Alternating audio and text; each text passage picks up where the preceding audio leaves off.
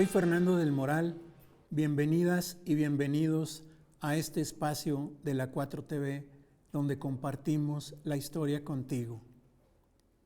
El 17 de mayo de 2021, el Gobierno de México, por medio del titular del Ejecutivo Federal, el presidente Andrés Manuel López Obrador, pidió perdón al pueblo chino por los agravios cometidos en su contra durante la Revolución Mexicana.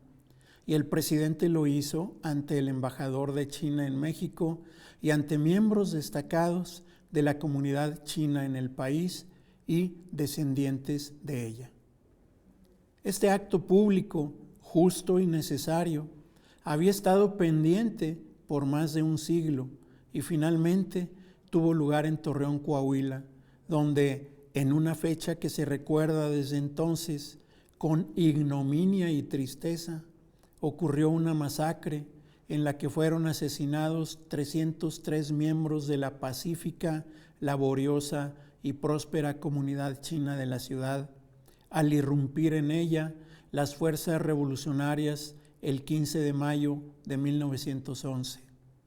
Tal cantidad de muertos fue mayor a la de todas las bajas humanas en combate durante los 6 meses que duró la Revolución Maderista desde noviembre de 1910 a mayo de 1911 y tuvo su culminación trágica en Torreón.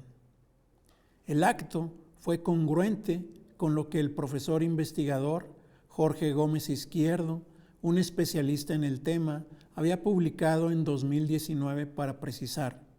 los sobrevivientes del Holocausto chino y sus descendientes esperan aún las disculpas del Estado mexicano, quien, en tanto sucesor directo de los nacional revolucionarios, está obligado a hacerlo como una manera de reconocimiento de su propia responsabilidad.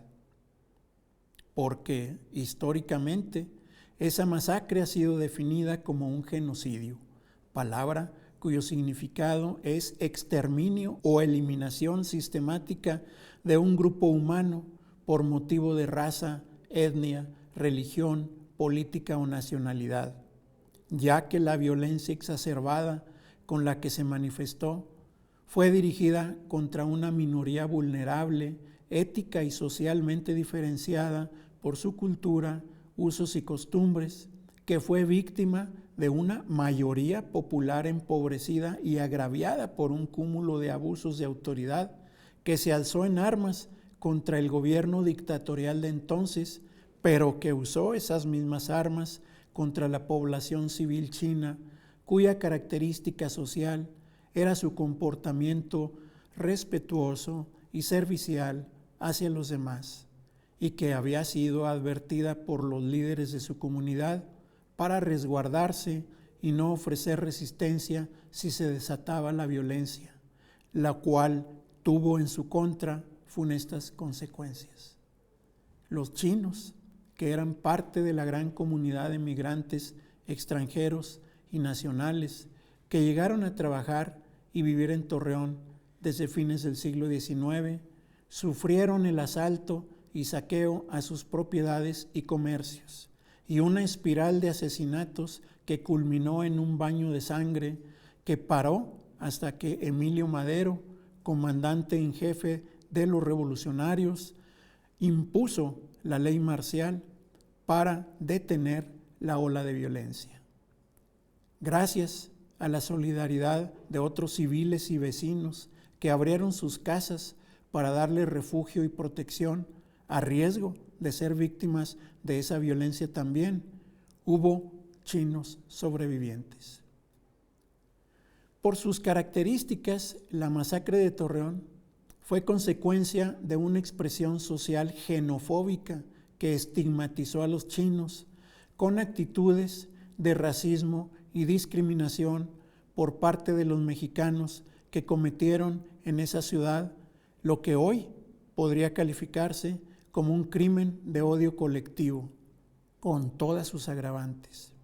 Odio promovido por quienes señalaban a los chinos con los peores calificativos como lo más negativo para la nación.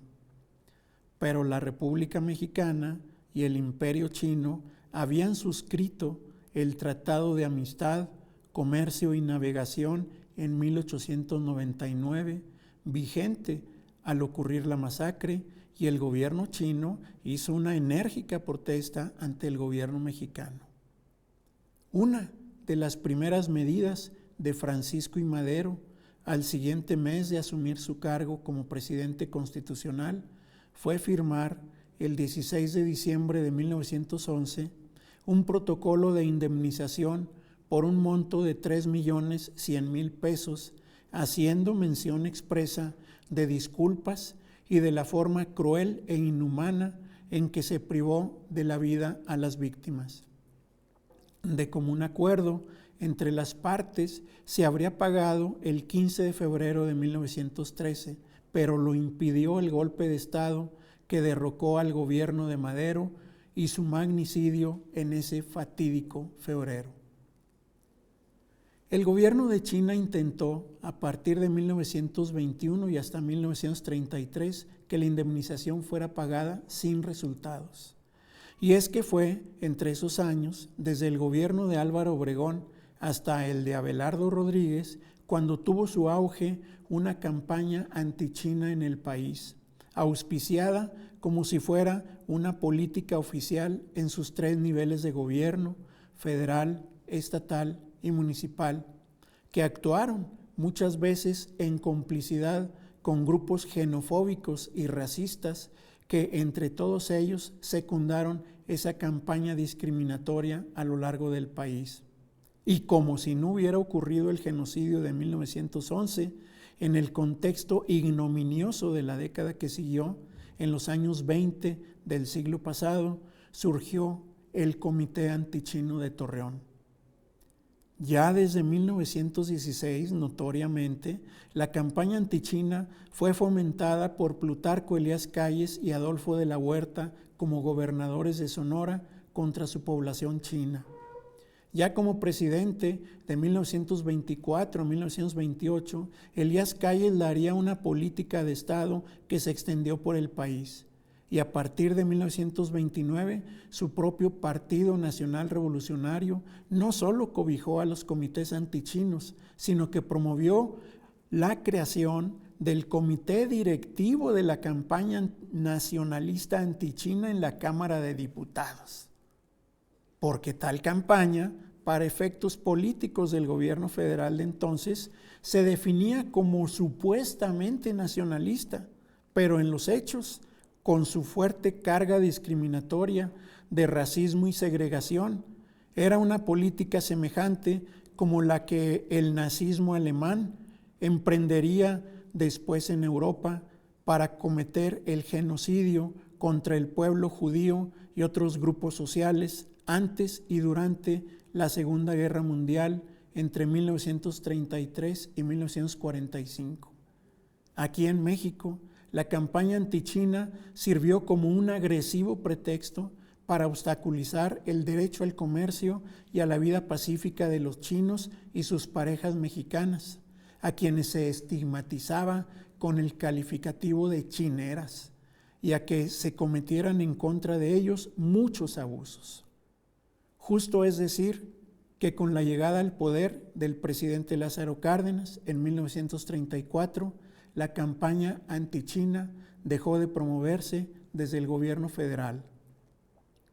Publicaciones claves para conocer lo que aquí se expone son los libros Entre el río Perla y el Nazas, La China decimonónica y sus braceros emigrantes, La colonia china de Torreón y La matanza de 1911, escrita por Juan Puig Llano, publicado por Conaculta en 1992, y también El movimiento antichino en México, 1871-1934, Problemas del racismo y del nacionalismo durante la Revolución Mexicana, del ya citado Jorge Gómez Izquierdo, publicado por el Instituto Nacional de Antropología e Historia en 1991, así como los papeles del Comité Antichino de Torreón que encontró en Guadalajara y dio a conocer el historiador Jean Meyer en 1978. Al cumplirse un siglo de la masacre de Torreón en 2011, el hecho fue recordado en el Coloquio Internacional México y China, las dos revoluciones triunfales de 1911, en el que se abordó también el racismo y la violencia contra chinos durante la revolución. Un coloquio que yo organicé y coordiné en colaboración con el Colegio de México y el Colegio de la Frontera Norte, el cual se llevó a cabo en la Universidad La Salle Laguna, en la ciudad de Gómez Palacio, Durango,